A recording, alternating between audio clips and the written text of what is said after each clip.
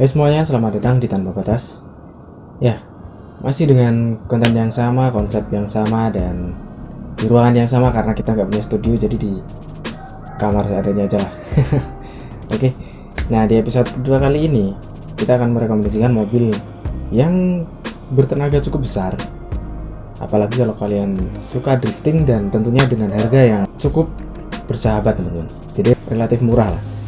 Oke, tapi sebelum kita melanjutkan videonya, bagi kalian yang belum subscribe, silahkan subscribe, like, share, dan komen. Oke, ini di urutan pertama ada Mazda Astina 323 yang tahun 92 ya teman-teman. Ya, mungkin jika dibandingkan dengan mobil pabrikan Jepang lainnya, Mazda itu adalah produsen yang bisa dibilang cukup sepi dibandingkan dengan mobil buatan Jepang lainnya teman-teman. Tapi bukan berarti Mazda itu tidak mempunyai mobil yang menjadi legend di tanah air. Dan untuk salah satunya adalah Mazda Astina 323 ini teman-teman, yang merupakan mobil hatchback yang dikeluarkan pabrikan Mazda yang pertama kali mengaspal di Indonesia itu pada tahun 92. Nah, mobil ini juga bersaing ketat dengan Honda Civic Estilo, Toyota Starlet, dan Daihatsu Chery teman-teman. Nah, mobil ini juga merupakan salah satu hatchback pada saat itu yang menggunakan lampu pop-up. Jadi lampunya itu keren banget, bisa dibuka tutup gitu, bisa diatur dari dalam, jadi Polma sih. Nah, mobil ini juga sudah dibekali dengan fitur standar sih, karena ya masih mobil 90-an ya. Jadi ya ada AC, audio player, dan power steering, power window, tilt steering, central lock, dan electric mirror juga teman-teman. Nah, dan untuk spesifikasi mesinnya, mobil ini 1800 cc, injeksi 4 silinder ya teman-teman, dan juga dapat mencapai power maksimal itu di 102 horsepower di 5500 rpm, dan juga torsi maksimalnya mencapai 150 Nm di 4000 rpm teman. Nah, semuanya itu tadi disalurkan melalui 5 percepatan manual ya. Dan mobil ini juga sudah dibekali dengan cakram depan dan juga belakang dengan suspensi McPherson Stud independen depan belakang teman-teman. Jadi untuk bantingannya pastinya akan lebih empuk. Oke. Dan untuk konsumsi bahan bakar ini bisa mencapai 8-9 km per liter dalam kota dan juga 10-11 luar kota teman-teman. Nah, dan untuk kelebihannya sendiri, mobil ini mempunyai ruang bagasi yang cukup besar, mesinnya responsif tentunya, stabil pada kecepatan tinggi, nyaman untuk dikendarai, perawatan tergolong mudah, harga stabil dan terjangkau, dan tampilan begitu menarik teman-teman dengan lampu pop-up-nya tadi tentunya. Nah, lalu untuk kelemahannya ini, namun sayangnya mesinnya bisa sering overheat apabila sudah bermasalah, dan untuk spare part itu minim. Jadi maksudnya untuk mencari spare part itu agak sulit sih teman. Kabinnya sempit, agak boros bahan bakar, dan kaki-kaki ringkih, lalu kurangnya fitur keselamatan teman-teman. Ya, tapi itu wajar sih, masih mobil 90-an soalnya. Nah, oke, lalu menginjak harga nih. Jadi rata-rata harga yang saya cari di bursa-bursa penjualan mobil ini, yang 92 itu kisaran di angka kurang lebih 30 juta teman-teman, dengan pajak sekitar 500 ribuan. Jadi mobil ini masih pol banget, worth it digunakan untuk yang suka dengan cc-cc yang besar. Oke, next yang kedua ini ada Honda Accord Maestro yang tahun 93 tapi ya teman-teman. Nah, sedan ini sendiri memiliki desain yang sangat berkelas pada saat itu, yang pertama kali diproduksi dan diperkenalkan di pasaran tanah air itu pada tahun 90-an ya teman-teman. Dan kala itu mobil ini merupakan sebuah mobil sedan yang sangat populer.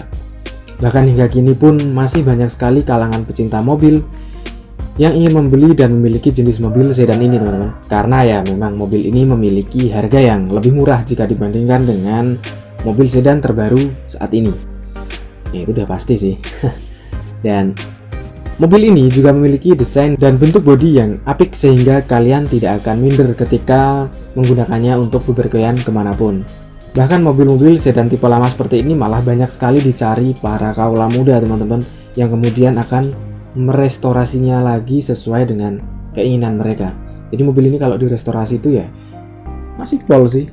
Nah, dan mobil ini juga sudah dilengkapi dengan fitur standar seperti AC, power window, electric mirror, rear track, dan juga tilt steering, central lock, dan variable wiper intermittent teman-teman. Lalu untuk spesifikasi mesinnya ini juga pol sih.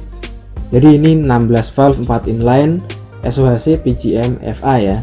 Dan untuk cc-nya ini 2000 cc, jadi besar banget, dan tenaganya juga bisa mencapai 145 horsepower di 5900 rpm, dan juga torsi maksimal itu 138 Nm di 4400 rpm. Nah, semuanya tadi itu dikeluarkan melalui transmisi otomatis 4 percepatan dan manual 5 percepatan melalui roda depan ya teman-teman. Untuk suspensi ini juga sudah pol, jadi menggunakan double wishbone ya. Oke, lalu untuk konsumsi bahan bakar ini bisa mencapai 9-10 dalam kota dan juga 11-13 untuk luar kotanya teman. Jadi ya lumayan irit sih, nggak begitu menguras kantong. Lalu untuk kelebihannya nih, mobil desain eksteriornya itu tidak ketinggalan zaman teman-teman. Walaupun ya masih mengkotak tapi masih timeless lah. Dan untuk headlampnya udah kristal, spion dapat dilipat dari dalam atau retract, dan juga mesin sangat responsif. Biaya perawatan cukup mudah teman-teman. Lalu kapasitas bagasinya cukup luas juga. Nah, dan untuk kelemahannya, mobil ini memiliki material interior yang terlihat biasa aja sih. Dan juga untuk pajak mobilnya masih cukup mahal untuk mobil tua. Aksesoris untuk yang original itu cukup mahal teman-teman, dan kaki-kaki mobilnya ringkih. Lalu desain bodi rentan karatan. Jadi jangan sampai kalian membeli mobil ini yang sudah ada keropos-keroposnya gitu. Kalian harus jeli teman-teman. Untuk memilih mobil tua itu harus jeli.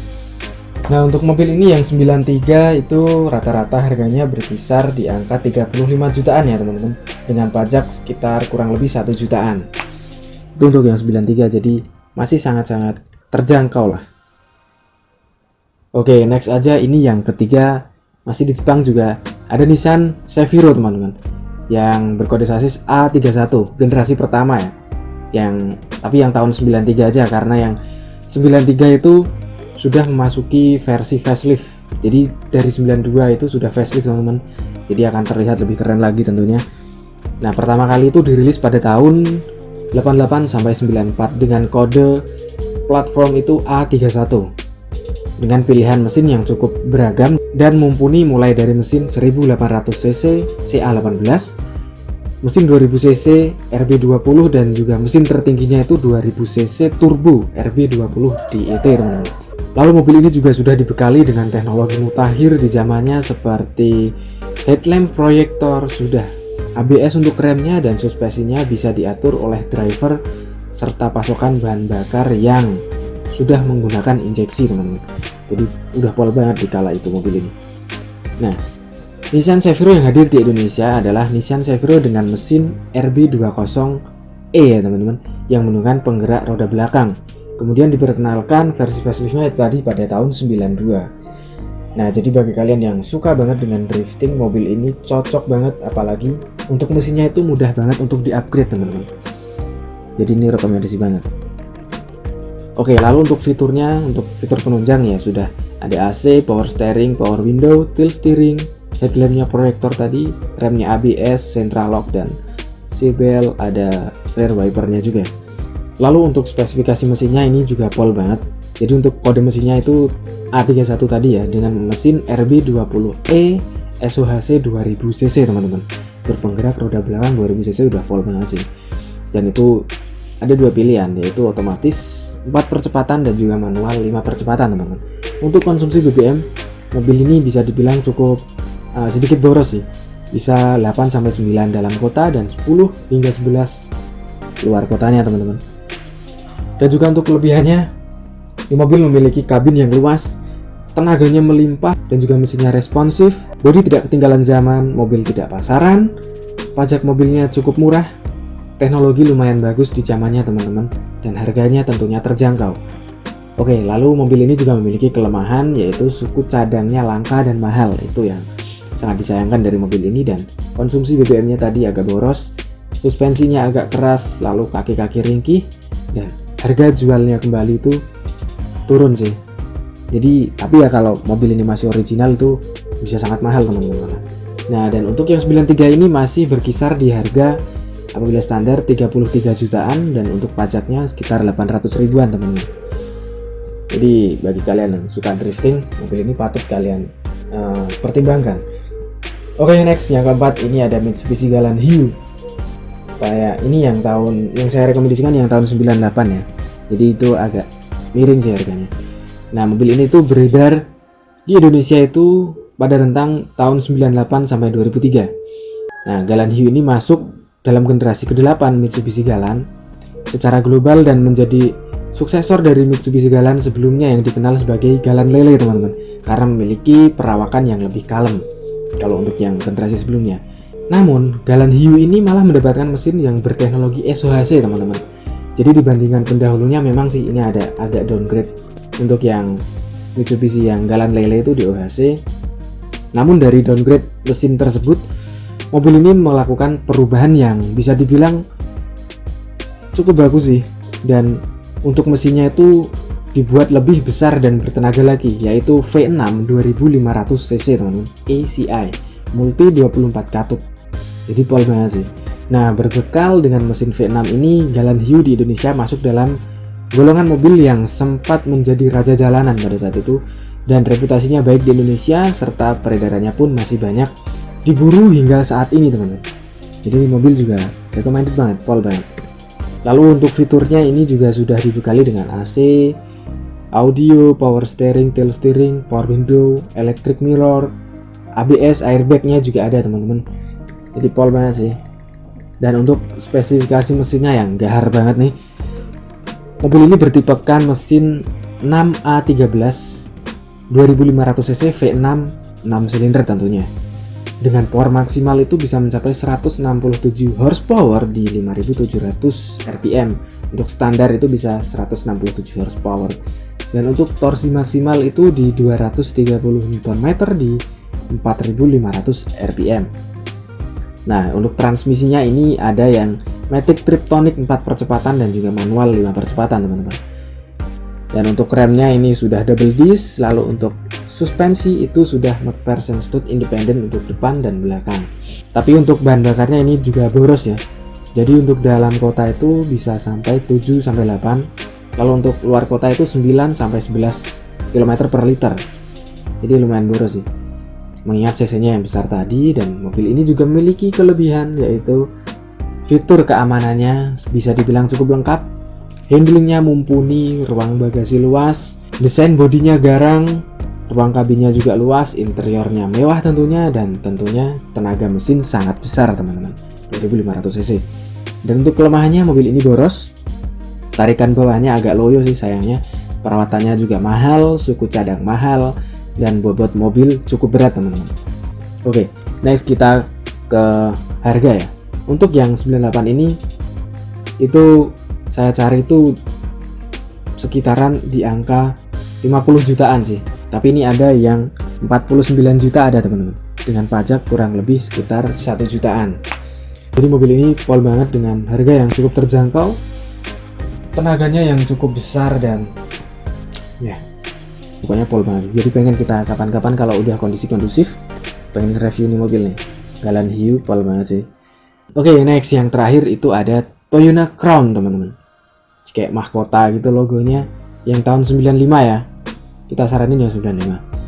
Nah, Toyota Crown ini merupakan sedan mewah medium yang dibuat oleh Toyota sejak tahun 1955, teman-teman. Tapi untuk yang berkode GS131 yang kita rekomendasikan ini pertama kali hadir itu pada tahun 88 sampai tahun 2000. Jadi cukup panjang masa produksi dari Toyota Crown ini.